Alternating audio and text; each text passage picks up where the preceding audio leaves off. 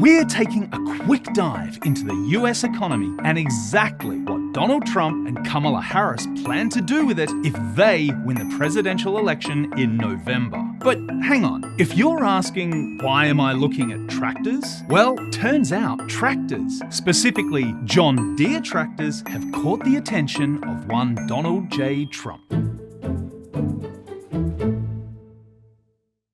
John Deere is planning to move some of its production out of the United States, and Trump is not amused. They're going to move a lot of their manufacturing business to Mexico. I'm just notifying John Deere right now.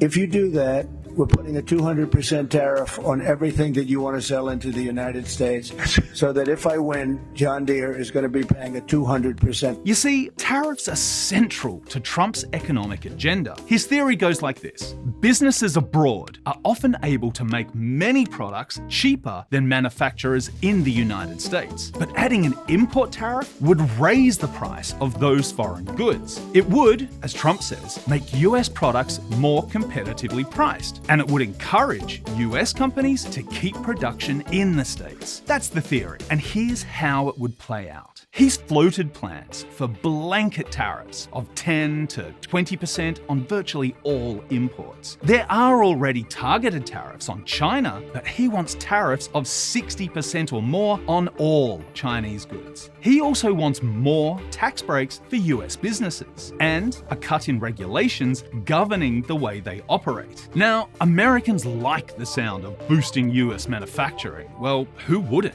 But would it? A survey of the top economists in the US suggests most of them think Trump's policies would lead to prices going up, that Trump's policies would lead to inflation, that the economy would be better off in the hands of Kamala Harris. Funny that, because in the run-up to the election, it's Harris who's been criticized for a perceived cost of living crisis under the Biden administration.